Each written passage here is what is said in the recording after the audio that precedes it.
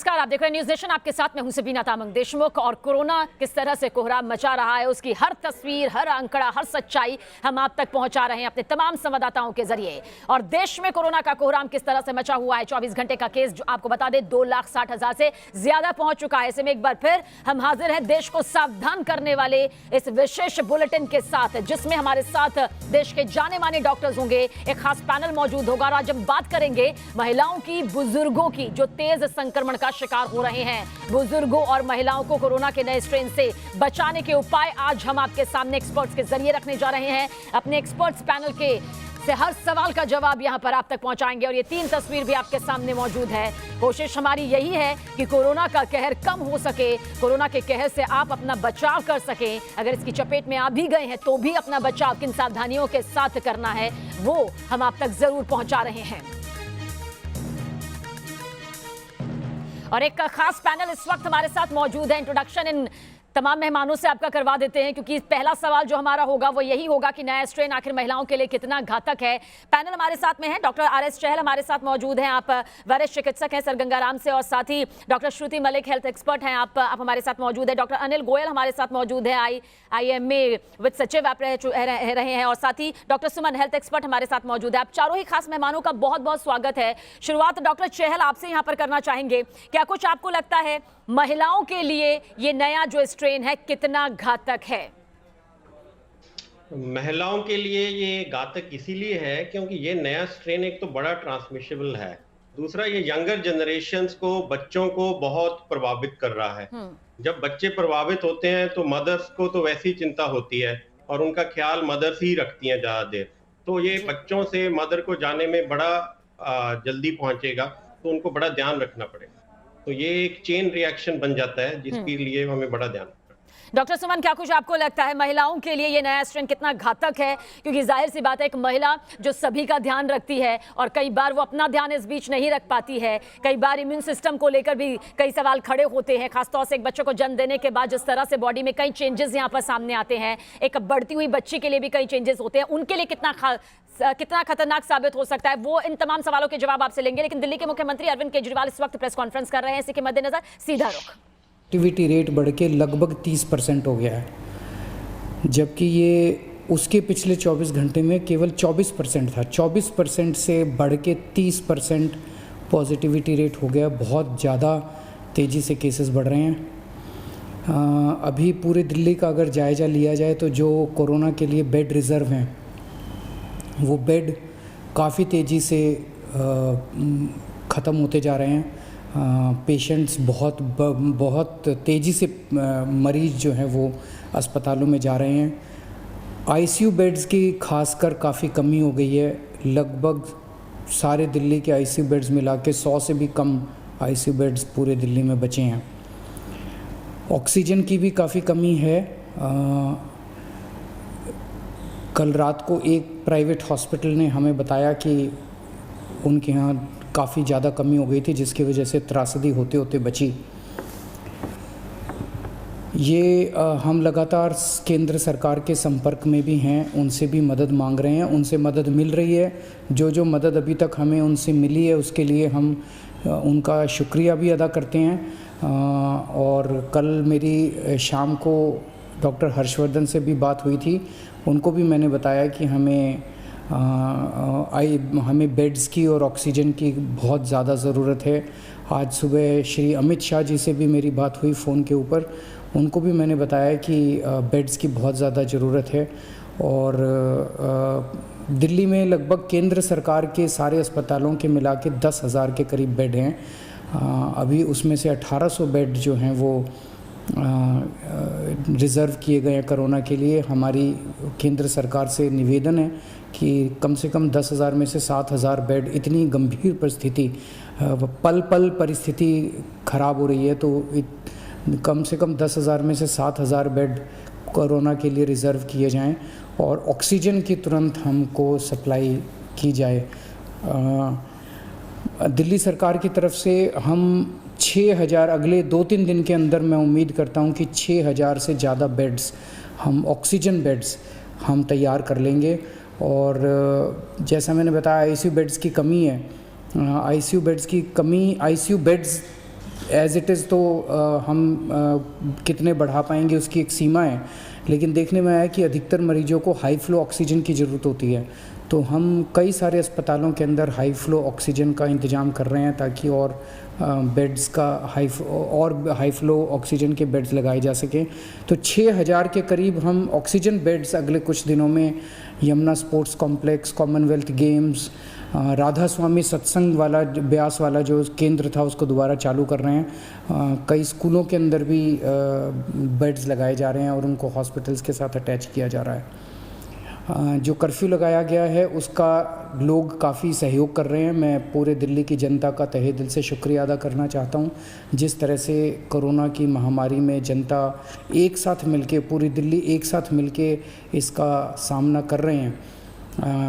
कई संस्थानों से भी बहुत मदद आ रही है, कई सारी एनजीओज़ जो हैं वो बहुत मदद कर रही है, कई सारे प्राइवेट डॉक्टर्स अपनी अपनी कैपेसिटी में, डॉक्टर्स की एनजीओज़ कई मदद कर रही है, धार्मिक संगठन सामने आ रहे हैं, कई सारे सामाजिक संगठन सामने आ रहे हैं। मैं उन सब का शुक्रिया अदा करता हूं, मैं केंद्र सरकार का शुक्रिया अदा करता हूं और मैं उम्मीद करता हूं कि हम सब लोग मिलकर इस चौथी वेव को भी जल्द पार पा लेंगे।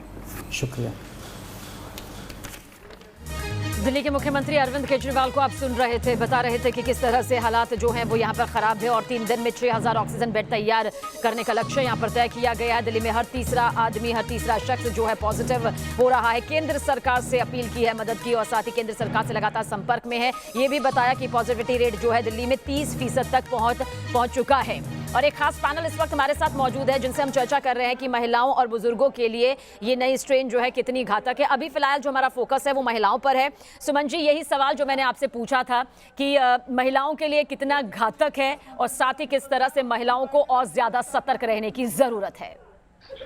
जी, महिलाएं घर की धुरी और मुखिया होती हैं, इसलिए उनको अपनी खास ख्याल रखें ताकि वो और अपने घर परिवारों का खास ख्याल रख सके। इसलिए महिलाओं को मैं कुछ टिप्स ये देना चाहूंगी कि देखिए, अब हमारी Lancet according to Lancet study ये है कि ये इन्फेक्शन एयरबॉर्न है, तो यानी क्लोज स्पेस अपने घर में न रखें, प्रॉपर वेंटिलेशन रखें, खिड़की दरवाजे खोल के रखें और अगर कोशिश हो तो अलग अलग कमरों में ही सब लोग रहें फॉर प्रिकॉशनरी पर्पस।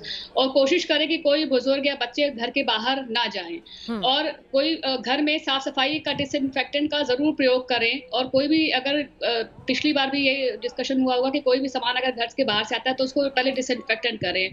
और दूसरी चीज है कि अपने खाने का और बच्चों के खाने का या बुजुर्गों के खाने का खास ख्याल रखें। उसमें vitamin D, vitamin C, zinc, calcium और प्रोटीन रिच फूड ज्यादा लें। और बेसिक 3 चीज अपने घर में आप जरूर रखें। एक बड़ी बेसिक चीज है, एक तो थर्मामीटर है, एक पल्स ऑक्सीमीटर है और एक स्टीमर है। ये चीज आप बिल्कुल अपने घर में रखें और ये बहुत साधारण चीज है जो हर केमिस्ट के पास अवेलेबल हो जाएगी। बिल्कुल, तो इन चीजों का ध्यान यहाँ पर रखना बेहद जरूरी है, जो कि हमारा पैनल लगातार बार बार बताता आया है और आज भी हम इसी बात को दोहरा रहे हैं। डॉक्टर अनिल, क्या कुछ आपको लगता है जिस तरह से ये तेजी से संक्रमण फैल रहा है, महिलाओं के फेफड़ों के लिए कितना खतरनाक साबित हो सकता है? क्योंकि पिछले कुछ दिनों में बहुत सारे मामले ऐसे सामने आए जहां महिलाओं के जो फेफड़े हैं वो 24 घंटे के अंदर, 3 दिन के अंदर 30% से लेकर 80% तक खराब हो गए। उन महिलाओं के लिए क्या सजेस्ट करना चाहेंगे और बाकी महिलाओं के लिए भी आप क्या अपना संदेश यहाँ देना चाहेंगे सर?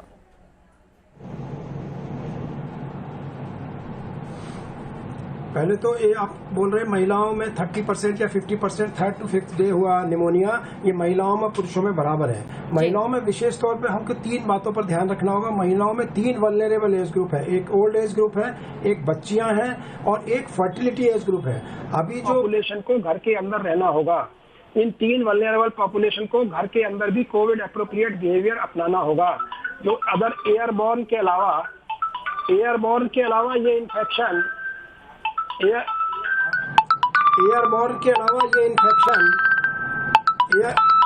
चलिए सर, आपके पास यहाँ पर आऊंगी। डॉक्टर श्रुति भी हमारे साथ में मौजूद है। डॉक्टर श्रुति, तेज संक्रमण महिलाओं के फेफड़ों के लिए कितना खतरनाक है, सवाल का जवाब आपसे जानना चाहूंगी और इसके साथ साथ महिलाओं को वो कौन से टिप्स आप देना चाहेंगी, बच्चियों को वो कौन से टिप्स देना चाहेंगी जिनसे आपको लगता है कि वो सुरक्षित रह सकती हैं और हम अपनों की सुरक्षा कर सकते हैं?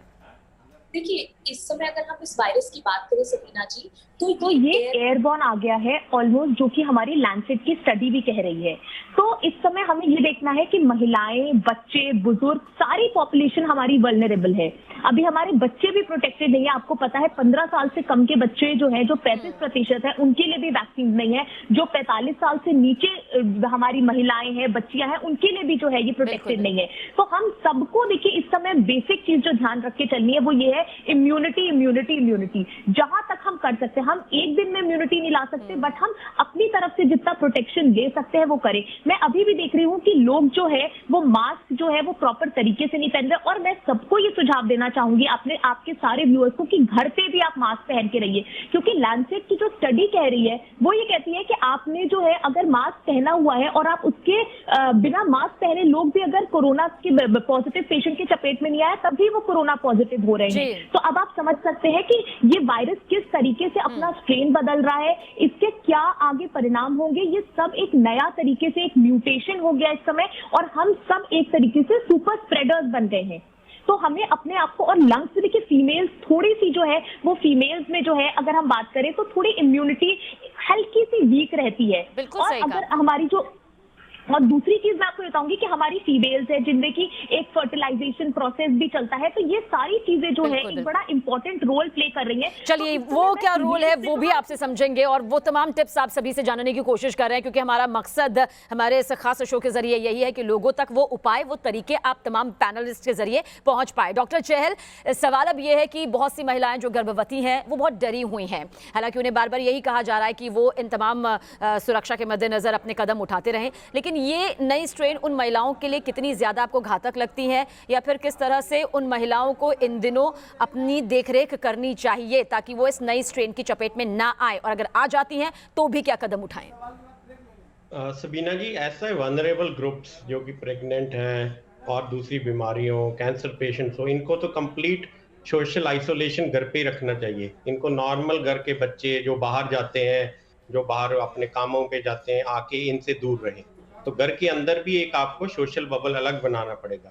तो ये जो वनरेबल ग्रुप है, अगर आपके पास 2 फ्लोर हैं तो ऐसे पेशेंट्स को, ऐसे मरीजों को, या ऐसे शख्स को जो वनरेबल है, उनको एक फ्लोर पे रखा जाए। दूसरे जो बच्चे या बाहर जाते हैं काम के लिए, अपनी एम्प्लॉयमेंट के लिए, वो अलग रहें। तो और इसके अलावा हम ज़्यादा कुछ कर नहीं पाएंगे। डॉक्टर सुमन, गर्भवती महिलाएं जो इस वक्त देख रही होंगी, जिनकी ज़िंदगी में एक नई खुशी आने वाली है, लेकिन नए स्ट्रेन ने किस तरह से उन्हें डराया हुआ है, हम डराएंगे नहीं, लेकिन ये ज़रूर आपके ज़रिए उन तक पहुंचाएंगे कि वो अपना ध्यान कैसे रख सकती हैं, और किस तरह से उन्हें, अगर वो उनकी इसकी चपेट में आ भी जाती हैं तो उन्हें किस तरह से अपना आगे का ट्रीटमेंट यहाँ पर लेना होगा। देखिए, पहली बात तो ये कि गर्भवती महिलाओं को बिल्कुल भी स्ट्रेस और पैनिक होने की या परेशान होने की बिल्कुल जरूरत नहीं है। उनको बस रिलैक्स रहें और वो हैप्पी रहें।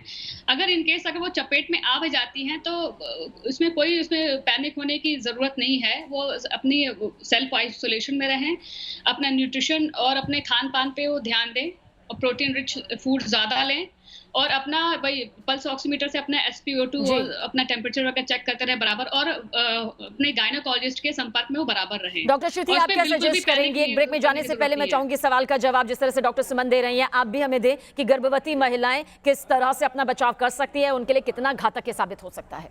देखिए सबीना, मैं बताना चाहूंगी प्रेगनेंसी एक इम्यूनो कॉम्प्रोमाइज स्टेट होती है। इस समय हमारी इम्यूनिटी थोड़ी वीक होती है। माँ को अपना और बच्चे दोनों का ख्याल रखना है। हमें ये भी देखना है कि माँ भी प्रोटेक्टेड रहे और साथ में जो उसके गर्भ में बच्चा है वो भी प्रोटेक्टेड रहे। तो इस समय हम लोग सबसे पहले जो कर सकते हैं, इस समय हमारे पास क्या आगे के ऑप्शंस क्या है, हमें ये देखना चाहिए। सबसे पहले अगर आपको लग रहा है, आप अपने आप कंप्लीट आइसोलेशन में कर ले इस समय, क्योंकि हमें नहीं पता ये वायरस किस तरीके से जो है और घातक साबित हो सकता है। आप अपना अपने पास पल्स ऑक्सीमीटर रखिए, आप अपना ऑक्सीजन लेवल मॉनिटर करिए, अपने गायनेकोलॉजिस्ट से बात करिए, फिजिशियन के उसमें रहिए, कांटेक्ट में रहिए। और आप ये देखिए, पहले जिस दिन आपको सिम्टम आ रहा है आप उस दिन से एकदम सचेत हो जाइए। आप ये मत सोचिए कि मुझे फीवर नहीं आया है या मेरे को और सिम्टम्स नहीं आया, मेरे को कोविड नहीं होगा। इस समय any fever until and unless proven otherwise is a Covid fever. तो हमें इस चीज पे बहुत ध्यान रखना है और हमें डे 1 से अपने आप को जो है वो प्रिकॉशंस लेके चलना है। कितनी छोटी-छोटी चीजें हैं, लेकिन आम बातें तब खास हो जाती हैं जब आप इसे अपनी जिंदगी में उतार लेते हैं। और हमारा मकसद यही है, चाहे महिलाएं हैं, चाहे बच्चियां हैं, चाहे बुजुर्ग महिलाएं हैं, बुजुर्ग बाकी हैं, वो महफूज रहें। वैसे तो सबका महफूज रहना जरूरी है, लेकिन जहां इम्यून सिस्टम कमजोर हो जाता है, रोग प्रतिरोधक क्षमता कम हो जाती है, तो वहां पर कुछ टिप्स लेने भी जरूरी हो जाती है। तो इस पर चर्चा हम आप सभी मेहमानों से आगे भी करेंगे। कुछ और खास सवाल भी यहाँ पर है दर्शकों के, जो आप तक पहुंचाएंगे, जिनके जवाब दर्शकों तक हम पहुंचाएंगे इस छोटे से ब्रेक के बाद।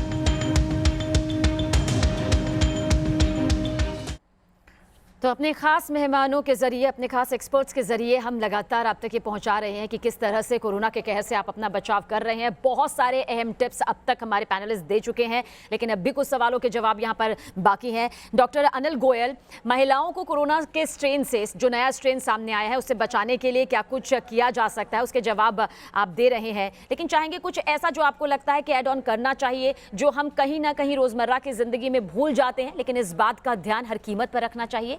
कुछ ऐसा ऑप्शन सर आप देना चाहेंगे? सबसे पहले मैं बोलना चाहता हूँ सेल्फ इम्पोज कर्फ्यू रखें, घर में भी मास्क लगाकर रखें, क्योंकि ये जो बच्चे हैं और प्रेग्नेंट महिलाएं हैं और बुजुर्ग महिलाएं, सारी बहुत वल्नरेबल पॉपुलेशन है, इम्यूनो कॉम्प्रोमाइज पॉपुलेशन है। इंडोर में भी आप फैला सकते हैं, इसलिए आप सेल्फ इम्पोज, चाहे आपको सेल्फ क्वारंटाइन कमरे में भी करना पड़े, खासतौर से जो प्रेग्नेंट महिलाएं हैं और प्रेगनेंसी के दौरान अगर बुखार भी करना पड़े, खासतौर से जो प्रेग्नेंट महिलाएं हैं, और प्रेगनेंसी के दौरान अगर बुखार या कुछ हो जाता है तो तुरंत डॉक्टर की सलाह लें। इसमें प्रॉब्लम प्रेगनेंसी में ये है कि बहुत सारे हम सीटी स्कैन, एक्सरे भी नहीं कर पाते हैं बहुत बार, तो इसीलिए तुरंत उसके क्लिनिकल बेसिस पर सलाह लें, टेस्ट कराएं और बेहतर डाइट के साथ जो डॉक्टर की सलाह है वो माने। और जो थोड़ा बहुत जो प्रेगनेंसी में है या बुजुर्ग महिलाएं, थोड़ा प्राणायाम जरूर कर सकती हैं, सुबह 15 मिनट डीप ब्रीदिंग एक्सरसाइज या प्राणायाम कर सकती हैं, अदर देन डाइट और एक पॉजिटिव माहौल घर में रहने के लिए। इस प्रकार से वो महिला अपनी इम्यूनिटी भी बढ़ाएंगी बाय डाइट एंड एक्सरसाइज। और जो इलाज उसके साथ जिंकोविट है, खास तौर से जो बच्चों में भी जिंकोविट, कैल्शियम, एंटीऑक्सीडेंट्स, ये सारे लेने की आवश्यकता है। बहुत सारा होलिस्टिक ट्रीटमेंट हमारा जो आयुर्वेदिक है वो भी अगर एडवाइजेबल है तो वो भी उनको लेना चाहिए, खासतौर से प्रेगनेंसी में और बुजुर्ग महिलाओं में जिनमें ऑलरेडी कैल्शियम की कमी है ये, और जिंक की कमी है और विटामिन डी की कमी है। ये सारे सपोर्टिव ट्रीटमेंट इन लोगों को लेने चाहिए। इस प्रकार से वो बचे रहेंगे, और अगर बीमारी हो भी जाती है तो अर्लीस्ट पॉसिबल डॉक्टर को दिखाएं, टेस्ट कराएं, जांच कराएं और उसके हिसाब से इलाज कराएं। और अगर एडमिशन की भी जरूरत है तो चिंता की कोई बात नहीं है, प्रेग्नेंट महिलाएं भी बहुत सारी हम लोग क्या एडमिट हो रही हैं। चलिए, बहुत बहुत अहम टिप्स सर आपने यहाँ पर दिए हैं, बच्चियों के लिए, महिलाओं के लिए, बुजुर्ग महिलाओं के लिए, और किस तरह से रहना चाहिए, क्या कुछ करना चाहिए। आप सभी हमारे साथ आगे भी बने रहिएगा। एक बहुत छोटा सा ब्रेक, लेकिन ब्रेक के बाद जब लौटेंगे तो आपको बताएंगे कि उम्र को के पड़ाव से के बाद में किस तरह से शरीर कमजोर हो जाता है, यानी जब आप बुजुर्ग हो जाते हैं तो किस तरह से ये नया स्ट्रेन आपके लिए घातक साबित हो सकता है। लेकिन ऐसा नहीं है कि अगर आपको कोरोना हो गया है तो आप बच नहीं सकते हैं, बच सकते हैं, पर क्या कुछ उपाय होने चाहिए, हमारे खास पैनलिस्ट आपको जरूर बताएंगे इस छोटे से ब्रेक के बाद। तो कोरोना बेलगाम हो चुका है, बुजुर्गों को, महिलाओं को किस तरह से सावधान होना चाहिए, इसी पर हमारा ये विशेष शो इस वक्त जारी है, जिसमें खास पैनल हमारे साथ मौजूद है, सीनियर डॉक्टर्स हमारे साथ मौजूद हैं।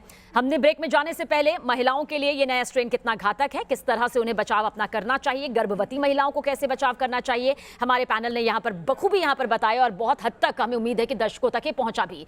डॉक्टर चहल, अब बुजुर्गों का जिक्र कर लेते हैं, क्योंकि उम्र के एक पड़ाव के बाद बुजुर्गों की रोग प्रतिरोधक जो क्षमता है हर कोई जानता है कि कमजोर हो जाती है। आज के दौर के बुजुर्गों का जिक्र करें तो वो दौड़ भाग भी करते हैं और वो अपने आप को फिट रखने की कोशिश भी करते हैं। उनके लिए ये नया स्ट्रेन लेकिन कितना खतरनाक साबित हो सकता है, जो पहले से किसी बीमारी से ग्रस्त हो या फिर जिनकी इम्यून सिस्टम जो उतनी मजबूती से ये झेल ना पाए। मीना जी, जैसे हमने देखा कि एज बढ़ते बढ़ते डायबिटीज का इंसिडेंस, पल्मोनरी लंग फंक्शन कम हो जाता है, बिकॉज ऑस्टियोपोरोसिस, हड्डियां कमजोर होने से स्पाइन में मल्टीपल कोलैप्स और फ्रैक्चर हो जाते हैं, जिसकी वजह से स्पाइन आगे को बेंड कर जाती है। खासकर लेडीज में ये देखा गया है। इसके होते हुए लंग्स की कैपेसिटी कम हो जाती है, तो इनमें मेजर ब्रीदिंग प्रॉब्लम हो जाती है। अगर आपका स्पाइन आगे बेंड हो गया है तो लंग्स का, आपका थोरैक्स और छाती का एरिया कम हो जाता है, जिससे ये होता है कि ब्रीदिंग में बड़ा मुश्किल हो जाता है। तो इन लोगों में नॉर्मल ही बहुत प्रॉब्लम होती है।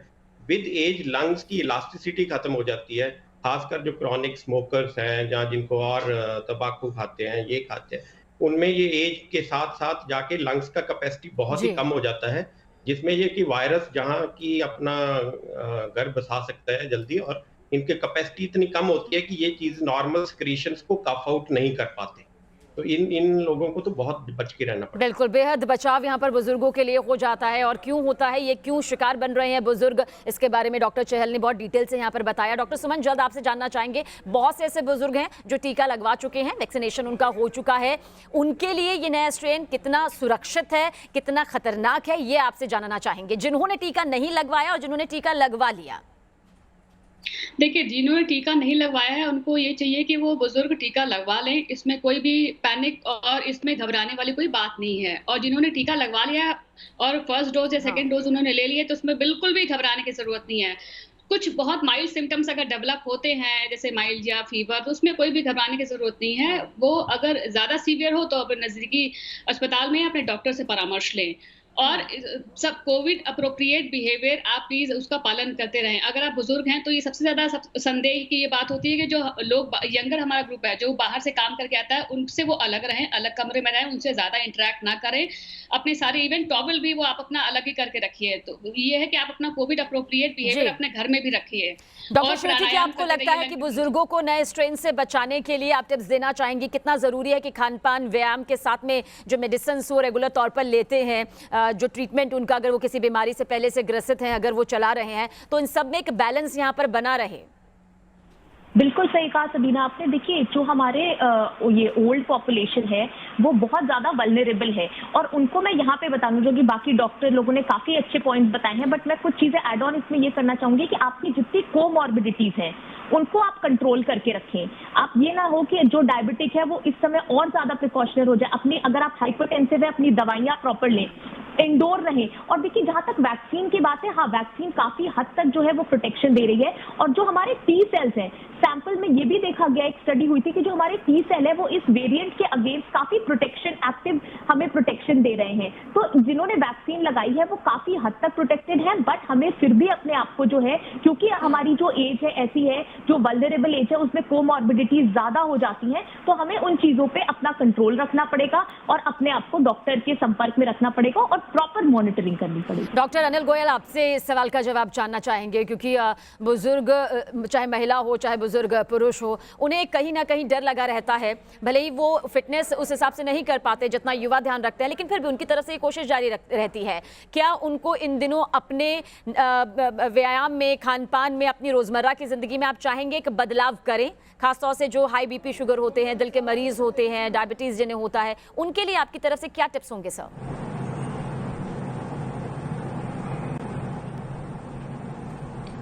कोविड एप्रोप्रिएट बिहेवियर अपनाएं और अपना लाइफस्टाइल मैनेजमेंट बेहतर करें। मतलब अपना भी बिहेवियर बदलें। अगर आप शराब पीते हैं, कोई कहता है कि मैं तो एक पैक रोजाना पीता हूँ, वो नहीं है। No smoking, no. A minimal exercise for half an hour, yes. घर के अंदर रहें। भीड़ भाड़ वाले स्थानों में जाना बिल्कुल मना है, बाहर नहीं निकलना है। आपके जो इलाज चल रहा है, जो दवाई चल रही है, उसका दवाई तो लेना है, रेगुलर चेकअप भी कराना है कि क्या आपका बीपी, शुगर, हार्ट जैसे आपने कहा वो ठीक है कि नहीं है। बीच में अगर जरूरत है तो इसको एक हेल्थ चेकअप करा लें, जिसमें कि आपका ईसीजी होगा, इको होगा, ब्लड टेस्ट होगा, बीपी होगा, शुगर मॉनिटरिंग होगी। या इलाज के साथ वो अपने हेल्थ पैरामीटर्स को मॉनिटर करें। आज की डेट में जिस तरह पेंडेमिक फैला है, अगर आपको 1-2 हफ्ते में भी चेक कराना है तो करें। खास तौर से शुगर को रोजाना मॉनिटर करना जरूरी है, बीपी को रोजाना मॉनिटर करना जरूरी है। 2 से 4 हफ्ते के बीच में हार्ट का इन्वेस्टिगेशंस, ईसीजी वगैरह कराना जरूरी है। इस तरह से आप सिर्फ आप दवाई लें और खुश रहें कि मैं ठीक हूं, लेकिन उसके पैरामीटर्स को भी मॉनिटर करते रहें। अपना बिहेवियर और बेहतर करें, जिसको हम लाइफस्टाइल मैनेजमेंट कहते हैं। उसके बगैर आप उसके चपेट में आ। एक बहुत इंपॉर्टेंट एक सवाल मैं खत्म करना चाहता हूँ लास्ट में, कि हमारे बुजुर्गों में इस बार कोरोना नहीं हो रहा है। उसकी वजह सिर्फ एक है कि वो वैक्सीनेटेड है। हमारा न्यू वल्नरेबल पॉपुलेशन इस बार यूथ है, जो 20, 25, 30 साल वाला, जो 45 साल के नीचे 65% उसमें इन्फेक्शन पाया जा रहा है। वो इसीलिए है कि उसमें वैक्सीनेशन नहीं हुआ है और वो भीड़ भाड़ वाले स्थानों में जाते हैं। वो अपना पार्टियां भी कर रहे होंगे शायद, और इसके अलावा वो अपनी बिल्कुल, और यही हकीकत है सर, यही छोटी छोटी चीजें हैं जिनका ध्यान यहाँ पर नहीं रखा जाता, जिसकी वजह से कोरोना का शिकार भी हो जाते हैं। लेकिन अगर शिकार नहीं होना तो जो डॉक्टर अनिल गोयल और बाकी पैनलिस्ट यहाँ पर बहुत डिटेल के साथ बता रहे हैं, बहुत छोटी छोटी बातें हैं जिनका ध्यान रखकर आप खुद का बचाव यहाँ पर खास कर सकते हैं, खासतौर से जो महिलाएं हैं, गर्भवती महिलाएं हैं और बुजुर्ग हैं जिनका जिक्र हम यहाँ पर कर रहे हैं। डॉक्टर चहल, आप क्या सजेस्ट यहाँ पर करना चाहेंगे? बहुत से ऐसे बुजुर्ग हैं जिन्हें अब इस बात से दिक्कत हो रही है कि वो सुबह के वक्त में मॉर्निंग वॉक में नहीं निकल पा रहे हैं, या फिर मॉर्निंग वॉक करते वक्त उन्हें मास्क लगाना पड़ रहा है, इससे उनको थोड़ी दिक्कत यहाँ पर हो रही है। उनके लिए आप क्या सजेस्ट करना चाहेंगे कि क्या वो अभी भी बाहर जा सकते हैं वॉक करने के लिए, मतलब कर्फ्यू ना हो उस दौरान का जिक्र हम यहाँ पर कर रहे हैं? अगले 2-3 हफ्ते तो बिल्कुल ही घर से ना निकलिए, क्योंकि अभी पीक नहीं हुआ, अब तो मैक्सिमम केसेस बढ़ रहे हैं। और ये व्यायाम और जो सैर करनी है अपनी बालकनी में, ड्राइंग रूम में, बेसिक मिनिमम एक्सरसाइज कर सकते हैं। अभी तो इतना बुरा हाल है कि हॉस्पिटल फैसिलिटीज नियरली फुल हो चुकी हैं। आप देखोगे कि गवर्नमेंट का मेन मकसद है कि बेड बढ़ाना। मैं यहाँ ये पूछना चाहता हूँ, बेड तो बढ़ रहे हैं पर हेल्थ केयर वर्कर्स कहाँ से लेके आओगे? बिल्कुल सही, आप 10 दिन में डॉक्टर तो नहीं बना सके किसी को। बिल्कुल, और आम जन के मन में भी ये सवाल यहाँ पर इसलिए बहुत ज़रूरी हो जाता है कि आप सब पैनलिस्ट जो हमें यहाँ पर जवाब दे रहे हैं वो दर्शकों तक पहुँचे। और दर्शकों को मैं एक बात यहाँ पर कहना भी चाहूँगी, हमारे साथ जो इस वक्त मेहमान मौजूद हैं वो एक्सपर्ट्स हैं, उन्होंने अपनी फील्ड में सालों बिताए हैं और उसके आधार पर वो आपको ये छोटी छोटी बातें बता रहे हैं जिस पर आपका कोई खर्च नहीं होगा, 1 रुपये तक खर्च नहीं होगा, बल्कि आप अपनी जिम्मेदारी के साथ इन्हें निभाएंगे तो आप स्वस्थ रहेंगे, सेहतमंद रहेंगे। डॉक्टर श्रुति, इम्यूनिटी सिस्टम यानी कि रोग प्रतिरोधक जो क्षमता है वो सबसे महत्वपूर्ण भूमिका निभाती है, ना सिर्फ कोरोना में बल्कि किसी भी बीमारी में। हम देखते हैं कि बड़ी से बड़ी बीमारियों से लोग उबर जाते हैं क्योंकि वो उनकी जो इम्यून सिस्टम होता है वो मजबूत होता है। कोरोना के नए स्ट्रेन से बचाव के लिए आप इम्यूनिटी मजबूत करने के लिए क्या टिप्स यहाँ पर हमारे दर्शकों को देना चाहेंगी? देखिए, WHO ने 5 चीजें कही हैं जो हमें बहुत ध्यान रखनी है। सबसे पहले शराब का और सिगरेट का सेवन हमें बंद करना होगा। दूसरी चीज, हमारी एक्सरसाइज इंडोर जितनी हो सके, व्यायाम हो सके, हम प्राणायाम करें, योगा करें, घर के अंदर वो करें, अपने डाइट पे कंट्रोल करें, अपने इम्यून बूस्टर्स हम जितने ले सकते हैं वो लें, और एक पॉजिटिव थिंकिंग, क्योंकि इस समय देखिए बहुत नेगेटिविटी आ गई है। किसी ना किसी हर घर में कोई ना कोई किसी का परिजन जो है वो कोरोना की चपेट में आया हुआ है, तो हमें अपनी मेंटल वेलबींग फिजिकल के साथ भी जो है वो उतनी ही पॉजिटिव रखनी पड़ेगी। और अपने खान पान पे इस समय जंक फूड जो है जितने अवॉइड करें, आप घर में हाई प्रोटीन डाइट लीजिए, ग्रीन वेजिटेबल्स लीजिए, इन सारी चीजों का अगर आप सेवन करेंगे तो आप अपनी इम्यूनिटी को काफी हद तक बूस्ट अप करें। डॉक्टर सुमन, यही सवाल आपसे है लेकिन इस तरीके से है, बहुत सारे लोग जानते हैं, अमूमन सभी जानते हैं कि रोग प्रतिरोधक क्षमता को मजबूत करना कितना जरूरी है, लेकिन इसके लिए क्या आप सजेस्ट करना चाहेंगे? एक बैलेंस भी रखें। बहुत से ऐसे लोगों को मैं देख रही हूँ जो 3 से 4 वक्त काढ़ा पी रहे हैं, जो तमाम तरह के बूस्टर्स जो है मार्केट से खरीद कर ला रहे हैं, महंगे से महंगे उसे पी रहे हैं, फल खाते हैं तो एक्सट्रीम लेवल पर खा लेते हैं। उन्हें आप क्या सजेस्ट करेंगी कि अपने शरीर के हिसाब से, अपने वजन के हिसाब से और अपने रोजाना की जिंदगी के हिसाब से ये बैलेंस रखें, तब जाकर अपना इम्यून सिस्टम मजबूत करें?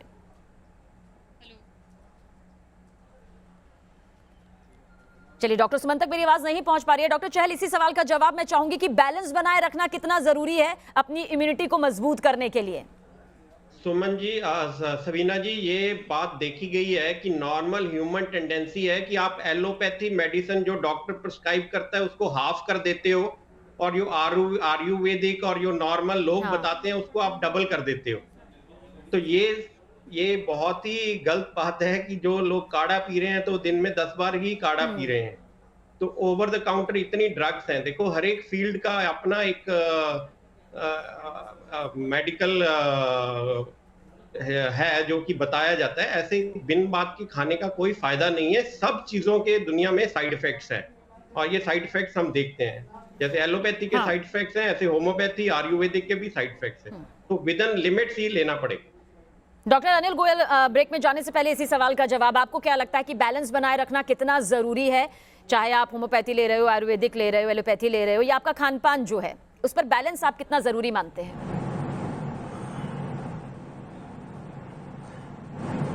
बिल्कुल बिल्कुल, आपने ठीक कहा। बगैर बैलेंस के ये जिंदगी नहीं चल सकती है।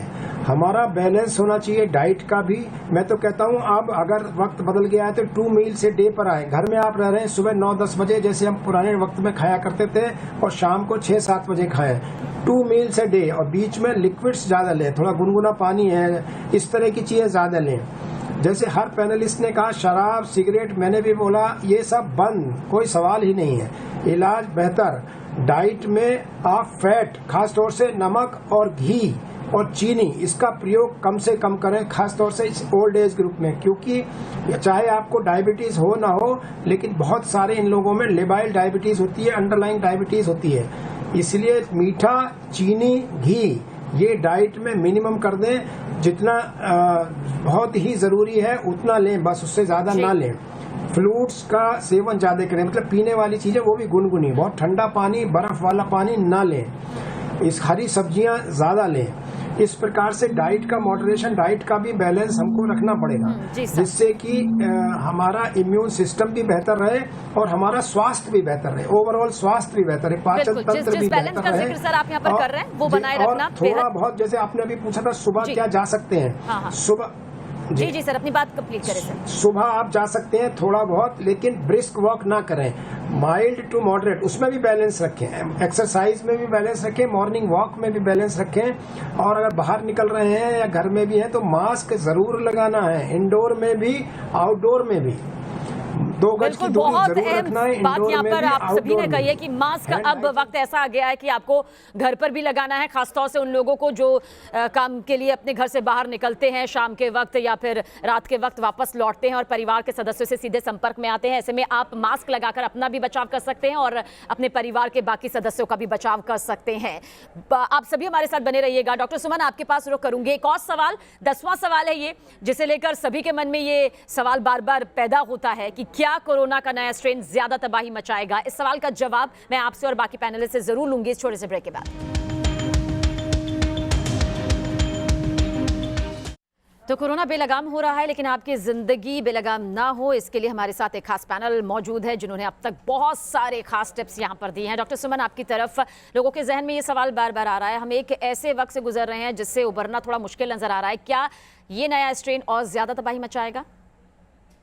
जी बिल्कुल, जो ये नया स्ट्रेन है वो 50 से 70% ज्यादा संक्रामक है रिलेटेड टू प्राइमरी वन। जो इसका जो पहले प्राइमरी कोरोना का जो ऑनर था वो उससे 0.6 गुना ये ज्यादा है। यानी अगर प्राइमरी कोरोना 1 से 2 में फैलता था तो 4 से 5 लोगों में फैलाने की क्षमता रखता है। इसलिए जो इसकी इन्फेक्टिविटी और एग्रेशन है संक्रामक करने की वो ज्यादा है, इसलिए लोगों को सतर्क रहने की बहुत आवश्यकता है। ये संक्रामक है। डॉक्टर श्रुति आप क्या कहना चाहेंगी, अगर तबाही की तस्वीर सामने आ रही है तो इस तबाही से बचा कैसे जाए, खासतौर से उन लोगों के लिए जो बाहर निकलती है, महिलाएं जिन्हें बाहर जाना पड़ता है कामकाज के लिए, वो बुजुर्ग जो कि 45 साल से उम्र के हैं लेकिन उन्हें बाहर जाना ही पड़ता है किसी ना किसी वजह से? देखिए, हम लोग इस समय ऐसा समय आया है जो पहले कभी किसी ने नहीं देखा था। ये पैंडेमिक ऐसा नहीं है कि हर समय आते रहे हों, है ना। ये इस समय हम लोगों को बहुत सचेत, अगर किसी काम के लिए जाना है, अगर हम फर्स्ट वेव की बात करें सबसे पहले सबीना जी, तो आप देखिए हमने वर्क फ्रॉम होम का भी जो है वो कॉन्सेप्ट कर लिया था। तो काफी चीजें ऐसी भी हो सकती है जो घर से हम लोग बैठ के कर सकते हैं। दूसरी चीज, अगर किसी को जाना बहुत इंपॉर्टेंट है तो वो भी इस तरीके से प्लान करे कि एक बार जाए और कम पीरियड में जितना काम हो सके वो निपटा के वापस आ जाए। ये ना हो कि हर दिन जा रहे हैं। तो हम लोग इस चीज को, आप ये समझिए ना, अगर लॉकडाउन हो जाता तो हम नहीं जाते ना। हम लोग अपने मन में यही मान के चले कि लॉकडाउन है और हम घर से नहीं निकल सकते हैं इस समय।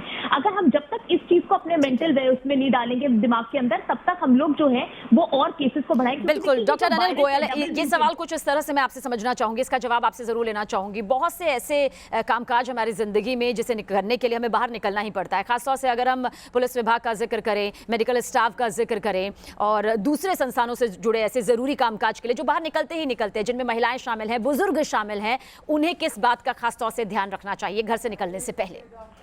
देखिए, जैसा जिंदगी में होता है, please do not forget the basics.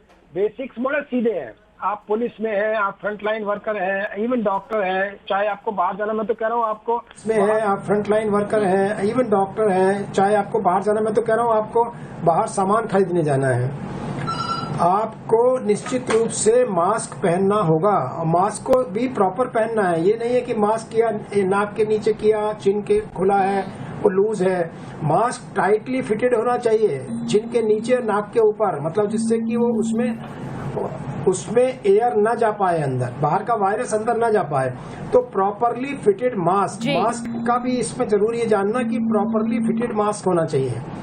Number 2, 2 गज की दूरी मस्ट है। मैं तो कहूंगा जहां पर शोर है, जहां ज्यादा लोग चिल्ला रहे हैं, उसमें तो हो सकता है 4 गज की दूरी जरूरत हो। आपको ये समझना होगा, अगर मैं तेज बोलता हूं तो तेज बोलने पर जो सलाइवा निकल रहा है वो और ज्यादा इन्फेक्शन फैला कर रहा है। बिल्कुल, और मास्क भी इसमें नाकाम साबित हो रहा है। बिल्कुल सर, आप बिल्कुल सही कह रहे हैं। आप सभी का बहुत बहुत शुक्रिया।